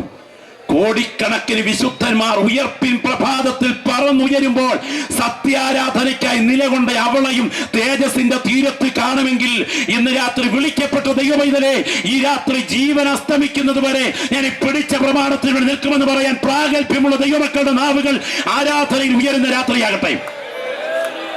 ഏതാണ് സത്യസഭ? രണ്ട് കൂട്ടർ തമ്മിൽ ഒരു വലിയ തർക്കമുണ്ടായിരിക്കട്ടെ. ഞാനൊരു കെട്ടിടത്തിന്റെ ഫ്രണ്ടിലെ ഒരു മതിൽ പണിയിൽ ഏർപ്പെട്ടിരിക്കുകയായിരുന്നു. ആ മതിൽ പണിക്കിടയിൽ എന്നോട് പ്രിയപ്പെട്ട ചില ആളുകൾ കോൺട്രാക്ട് ഏൽപ്പിച്ചതാണ് ഈ പണി. പണി കഴിഞ്ഞ് സ്ക്വയർ ഫീറ്റിനാണ് ഞാൻ സമ്മതിച്ചിരിക്കുന്നത്.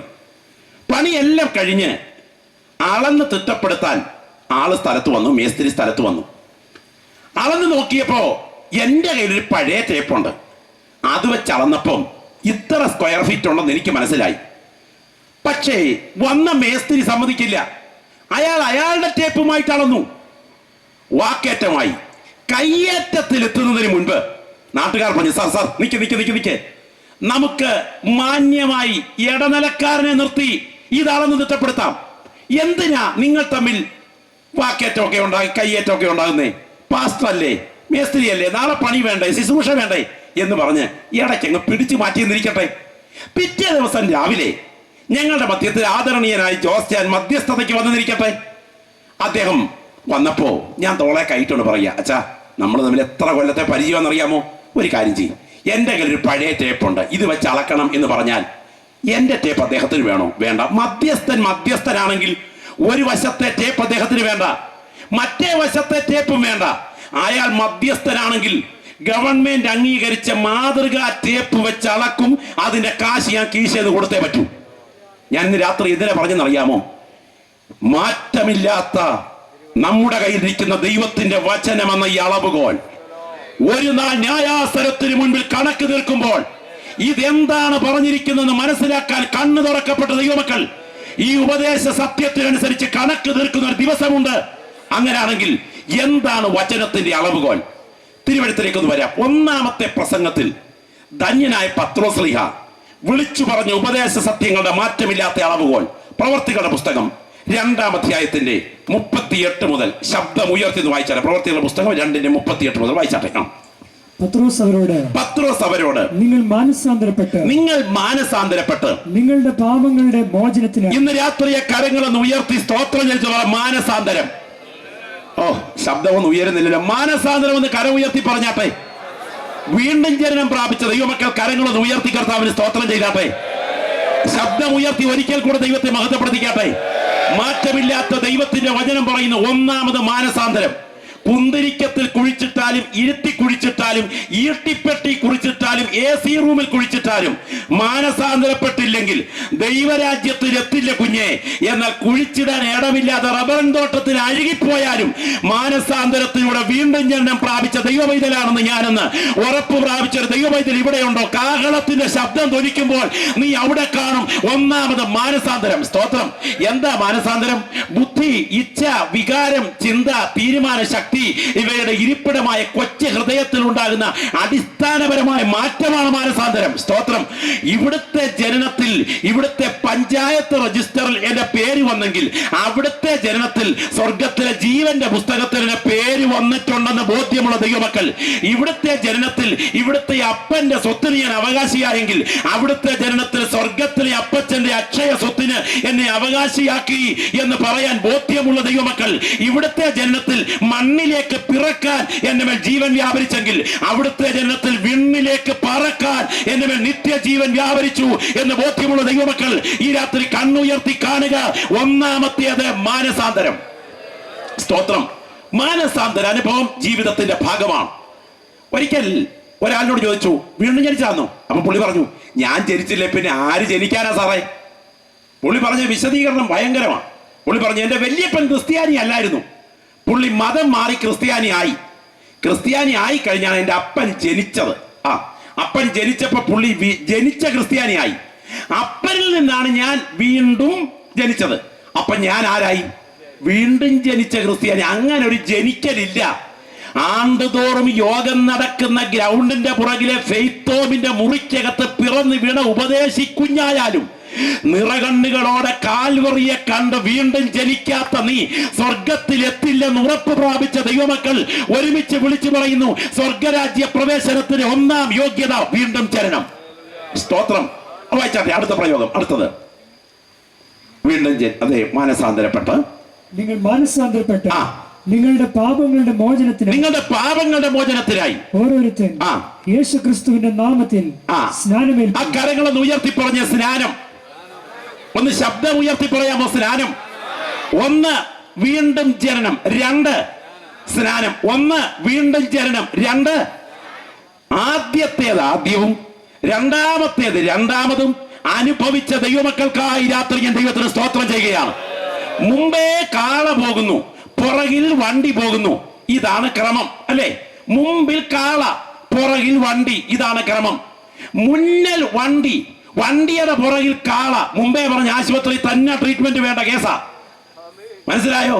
ആദ്യം മാനസാന്തരം, പിന്നെ സ്നാനം. കൃപയാൽ സ്വർഗം നമ്മുടെ കണ്ണ് തുറന്നതോർത്ത് ഈ രാത്രിയിൽ ജീവൻ പ്രാപിച്ച ദൈവമക്കളുടെ കണ്ണുകൾ ഉയർത്തി ദൈവസാന്നിധ്യം തിരിച്ചറിഞ്ഞ് സ്തോത്രം ചെയ്യട്ടെ. ഒന്ന് മാനസാന്തരം, രണ്ട് സ്നാനം. അടുത്ത പ്രയോഗം പരിശുദ്ധാത്മ ഉപയോഗിച്ചിരിക്കുന്നത് ശ്രദ്ധിക്കണം. വായിച്ചാട്ടെ. എന്നാൽ പരിശുദ്ധാത്മാവെന്ന ദാനം ലഭിക്കും. എന്നാൽ പരിശുദ്ധാത്മാവാകുന്ന ദാനം ലഭിക്കും. കാത്തിരുന്ന് ദൈവശക്തി അകത്ത് അനുഭവിച്ച ദൈവമക്കൾ ആത്മനിറവിൽ രാത്രി കർത്താവിനെ ശബ്ദമുയർത്തി ഒന്ന് ആരാധിക്കുന്ന രാത്രിയാകട്ടെ. കറുവാപ്പട്ടയും ഗ്രാമ്പൂവും ഏലക്കായും ഒലിവെണ്ണയും കൂടെ കാച്ചിക്കുറുക്കുമ്പോ കിട്ടുന്ന തൈലം നെറ്റിക്ക് പുരട്ടിയാൽ എണ്ണയുടെ മയമേ ഉള്ളൂ കുഞ്ഞേ. എന്നാൽ മുഴങ്കാൽ മടക്കി കാത്തിരുന്നാൽ ദൈവശക്തിയുടെ നിറവ് പ്രാപിക്കാം. അത് തിരിച്ചറിഞ്ഞ ദൈവമക്കൾ ഇന്ന് രാത്രി ഇവിടെ ഇരുന്ന് ആരാധിക്കുമ്പോൾ തങ്ങളുടെ മേൽ ദൈവശക്തിയുടെ വ്യാപാരം ഒഴുകി ഇറങ്ങുന്ന രാത്രിയാകട്ടെ. രക്ഷിക്കപ്പെട്ട് സ്നാനപ്പെട്ട് ആത്മസ്നാനം പ്രാപിച്ച് കർത്താവിനെ കാത്തിരിക്കുന്ന ദൈവവൈതലേ, നിന്നെ ചേർക്കാൻ നാഥൻ ആകാശ മേഘങ്ങളിൽ മടങ്ങി വരുന്ന ദിവസങ്ങൾ അടുത്തു വരുന്നു. ഇന്ന് രാത്രി ഈ സത്യോപദേശത്തിന് വേണ്ടി ഒരുപറ്റം ആളുകളെ സ്വർഗം ഈ ഗ്രൗണ്ടിൽ വേർതിരിക്കുവാൻ ദൈവജനത്തിന്റെ നാവിൽ പ്രാർത്ഥനയുടെ ശബ്ദം ദൈവത്തെങ്കിലേക്ക് ഉയരട്ടെ. എന്റെ പിൻപിലിരിക്കുന്ന കർത്തൃദാസന്മാർ ആത്മാവിൽ പ്രാർത്ഥിക്കണം. എന്റെ മുൻപിലിരിക്കുന്ന ദൈവമക്കളെന്ന് ആത്മാവിൽ പ്രാർത്ഥിച്ചു തുടങ്ങണം. ഒരു വാ പോലും ഇന്ന് രാത്രി ഇവിടെ അടഞ്ഞിരിക്കരുത്. ഒരു അധരം പോലും ഇന്ന് രാത്രി പൂട്ടിയിരിക്കരുത്. എല്ലാ നാവുകളിലും പ്രാർത്ഥനയുടെ ശബ്ദം ഉയരട്ടെ. ഞാൻ വിശ്വസിക്കുന്നു ഈ പ്രാർത്ഥന വൃഥാവല്ല. ഇതിന്റെ പുറകിൽ ദൈവിക വിടുതൽ രാത്രി ബലത്തോടെ വ്യാപരിക്കുകയാണ്. അഭിഷേകം പ്രാപിച്ച ദൈവമക്കൾ ആത്മാവിൽ രാത്രി പോരാടി പ്രാർത്ഥിച്ചു തുടങ്ങുന്ന രാത്രിയാകട്ടെ. യെസ്, ഓരോ നാവിൽ നിന്നും പ്രാർത്ഥനയുടെ ശബ്ദം ഉയരട്ടെ. യേശുവിന്റെ രക്തം ഇന്ന് രാത്രി ബലത്തോടെ ഈ ഗ്രൗണ്ടിൽ വ്യാപരിച്ചു കൊണ്ടിരിക്കുന്ന രാത്രിയാണ്. അന്ധകാര ശക്തികൾ അനേക കുടുംബങ്ങളെ ബന്ധിച്ച് നിത്യ നരകത്തിലേക്ക് വലിച്ചഴയ്ക്കുകയാണ്. എന്നാൽ ഈ രാത്രി ഇവിടെ കടന്നു വന്നിരിക്കുന്നു നിന്റെ മേൽ ദൈവശക്തിയുടെ ഒരു ബലത്തോടുള്ള വ്യാപാരം വ്യാപരിക്കുന്നു. ഈ രാത്രി നിന്റെ ശരീരത്തെ ഗ്രസിച്ചിരിക്കുന്ന ചില രോഗത്തിന്റെ കെട്ടുകളെ ഈ ശുശ്രൂഷ ഇവിടെ നടന്നുകൊണ്ടിരിക്കുമ്പോൾ അഴിച്ചു മാറ്റുവാൻ യേശുവിന്റെ കരം നിനക്ക് വേണ്ടി ബലത്തോടെ വ്യാപരിച്ചു കൊണ്ടിരിക്കുകയാണ്. വർഷങ്ങൾ പഴകിയ ചില ഇരുട്ടിന്റെ ആധിപത്യങ്ങൾ നിന്റെ മനുഷ്യത്തിൽ നിന്ന് രാത്രി അഴിച്ചു മാറ്റിയിട്ട് നിനക്ക് ജീവൻ പകരാൻ അവന്റെ കരം ഈ രാത്രി ഇവിടെ ചലിക്കുകയാണ്. അത് തിരിച്ചറിയുന്ന ദൈവമക്കൾ പ്രാർത്ഥിച്ചു തുടങ്ങുന്ന രാത്രിയാകട്ടെ. എന്റെ പിൻപിലിരിക്കുന്ന കർത്തൃദാസന്മാർ ആത്മാവിൽ പ്രാർത്ഥിക്കട്ടെ. ഓരോ നാവുകളിലും രാത്രി അധികാരം ചലിച്ചുയരട്ടെ, അധികാരം ചലിച്ചുയരട്ടെ. അഭിഷേകത്തിന്റെ ചൈതന്യം തിരിച്ചറിയുന്ന ദൈവവൈതലേ, ഒരു ലോഹ കഷണം അടുപ്പിലേക്ക് ഇട്ടിട്ട് അത് തീ ജ്വലിച്ചു കഴിയുമ്പോൾ ചില മിനിറ്റുകൾ കൊണ്ട് ആ ലോഹ കഷണത്തിലേക്ക് തീജ്വാലയുടെ പകർച്ച വ്യാപരിക്കുന്നത് പോലെ ഇന്ന് രാത്രി ഇവിടെ ഇരുന്ന് സ്തോത്രം ചെയ്ത് നിന്നിലേക്ക് ആരാധനയുടെ പകർച്ച വ്യാപരിച്ച് അതിലൂടെ ചില വിടുതലുകൾ ഈ രാത്രി നിന്റെ ശരീരത്തിൽ ചെയ്യുവാൻ യേശുവിന്റെ കരം നിനക്കായി ചലിച്ചുയരുന്ന രാത്രിയാകട്ടെ. അത് അനുഭവിച്ചറിയുന്ന ദൈവമക്കൾ പ്രാർത്ഥനയിൽ പോരാടിക്കൊണ്ടിരുന്നാട്ടെ. Glory, hallelujah. അഭിഷേകത്തോടെ പ്രാർത്ഥനയിൽ ജാഗരിച്ചാട്ടെ, പ്രാർത്ഥനയിൽ ജാഗരിച്ചാട്ടെ. ഞാൻ ഇന്ന് രാത്രി കാണുന്നു തേജസ്സോടെ ഇവിടെ ആരാധിക്കുന്ന ചില ദൈവമക്കളുടെ നാവുകളെ ദൈവാത്മം വേർതിരിക്കുന്ന രാത്രിയാണ്. വിശ്വാസത്തിന് വേണ്ടി ഇറങ്ങിത്തിരിക്കാൻ ചില കണ്ണുകളെ കർത്താവ് ഇന്ന് രാത്രിയുടെ തുറക്കാൻ തുടങ്ങുന്ന രാത്രിയാണ്. ആത്മനിറവ് പ്രാപിച്ച ദൈവമക്കൾ പ്രാർത്ഥനയിൽ പോരാടുമ്പോൾ അന്യഭാഷയിൽ ജാഗരിക്കാൻ ദൈവാത്മാവ് നിയോഗം തന്നിട്ടുണ്ടെങ്കിൽ നീ ഇന്ന് രാത്രി ഇവിടെ ഇരുന്ന് അന്യഭാഷയിൽ ജാഗരിക്കുന്ന രാത്രിയാകണം. ഈ ഗ്രൗണ്ടിന് മധ്യത്തിലൂടെ തേജസ്സോടെ ഇന്ന് രാത്രി യേശു നടന്നുകൊണ്ട് രാത്രിയാണ്. ഒരു ഈജിപ്ഷ്യൻ മന്ത്രവാദിക്കും ഒരു കുലദൈവത്തിന്റെ ശക്തിക്കും ഒരു മന്ത്രവാദത്തിന്റെ വ്യാപാരത്തിനും നിന്നെ ബന്ധിക്കാൻ കഴിയാത്തൊരു തീയുടെ അഭിഷേകമാണ് ആരാധിക്കുന്ന നിന്റെ മേൽ ഈ രാത്രി ബലത്തോടെ സംഭവിച്ചുകൊണ്ടിരിക്കുന്നത്. നീ ഇരിക്കുന്ന കസേരയിലാണെങ്കിലും ആത്മമണ്ഡലത്തിൽ ദൈവാത്മാവ് നിന്റെ ശരീരത്തിന്മേൽ വിടുതലിന്റെ ചൈതന്യം പകരാൻ തുടങ്ങുന്ന രാത്രിയാണ്.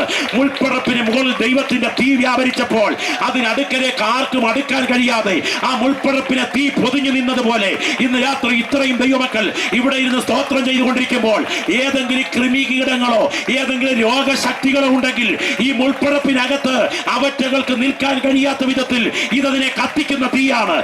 എന്നാൽ ദൈവത്തിന് സ്തോത്രം, ഈ മുൾപ്പടപ്പിനെ പൊതിയുന്ന തീയാണ് ഇതിനും ഇത് വ്യാപരിച്ചതെങ്കിൽ ഇന്ന് രാത്രി ഈജിപ്തിലെ ഒരു നൈൽ ദേവിയുടെ ശക്തിക്കും തകർക്കാൻ കഴിയാത്ത തീയുടെ വ്യാപാരമാണ് പ്രാർത്ഥിക്കുന്ന നിന്നെ ഈ രാത്രി പൊതിഞ്ഞുകൊണ്ടിരിക്കുന്നത്. അത് തിരിച്ചറിയുന്ന ദൈവമക്കൾ പ്രാർത്ഥിക്കുന്നു. വായിക്കാട്ടെ.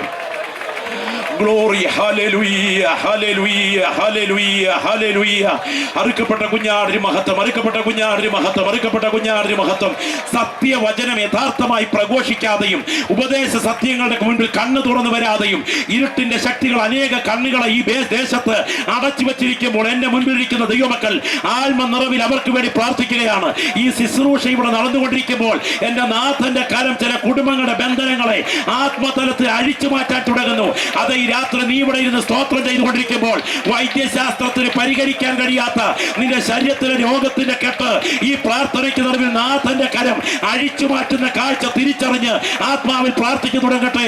ഒരു വലിയ വിടുതലിന് വേണ്ടി ദൈവകരം ഉയരുന്ന കാഴ്ച. Glory, hallelujah. ദൈവത്തിന് മഹത്വം, ദൈവത്തിന് മഹത്വം, ദൈവത്തിന് മഹത്വം, ദൈവത്തിന് മഹത്വം, ദൈവത്തിന് മഹത്വം. അറുക്കപ്പെട്ട കുഞ്ഞാടിന് മഹത്വം, അറുക്കപ്പെട്ട കുഞ്ഞാടിന് മഹത്വം, അറുക്കപ്പെട്ട കുഞ്ഞാടിന് മഹത്വം. യേശുവിന്റെ നാമത്തിൽ ഇന്ന് രാത്രി ചില വ്യക്തികൾക്ക് വേണ്ടി ആ വിടുതലിന്റെ കരം ചലിച്ചു തുടങ്ങട്ടെ. അന്യഭാഷയിൽ പ്രാർത്ഥിക്കുവാൻ നിയോഗം പ്രാപിച്ച പ്രിയപ്പെട്ടവർ ഇന്ന് രാത്രി ഇതിനകത്തിരുന്ന് അന്യഭാഷയിൽ പ്രാർത്ഥിച്ചു തുടങ്ങണം. നാളുകൾ പഴകിയ ചിലതിന്മേൽ ദൈവത്തിന്റെ കരം ഈ രാത്രി ബലത്തോടെ വ്യാപരിക്കാൻ തുടങ്ങുന്ന രാത്രിയാണ്. ഞാൻ ഈ രാത്രി ദൈവത്തിന്റെ പരിശുദ്ധാത്മാവിന്റെ പ്രേരണയിൽ വിളിച്ചു പറയുന്നു, ഒരിക്കലും ഈ രോഗത്തിന് പരിഹാരമില്ല. ഈ അധ്വാനത്തിന് നടുവിൽ ഇതിനൊരു മറുപടി വെളിപ്പെടുകയില്ല. ദൈവത്തിന് സ്തോത്രം. ഈ വൈദ്യശാസ്ത്രം ഇതിനു മുൻപിൽ ഒരിക്കലും വിജയിക്കുകയില്ല. അത് ഈ ശുശ്രൂഷ നടന്നുകൊണ്ടിരിക്കുമ്പോൾ എന്റെ നാഥൻ നിന്റെ അടുക്കലേക്ക് വന്നിട്ട് നാളുകൾ പഴകിയ രോഗത്തിന്റെ ശക്തിയെ അഴിച്ചു മാറ്റാൻ തന്നെ മുറിവേറ്റ കരം നിന്റെ ശരീരത്തിൽ വയ്ക്കുന്ന രാത്രിയാണ്. തിരിച്ചറിയുന്ന ദൈവമക്കൾ ഒരുപോലെ പ്രാർത്ഥനാ നിരതരാകട്ടെ.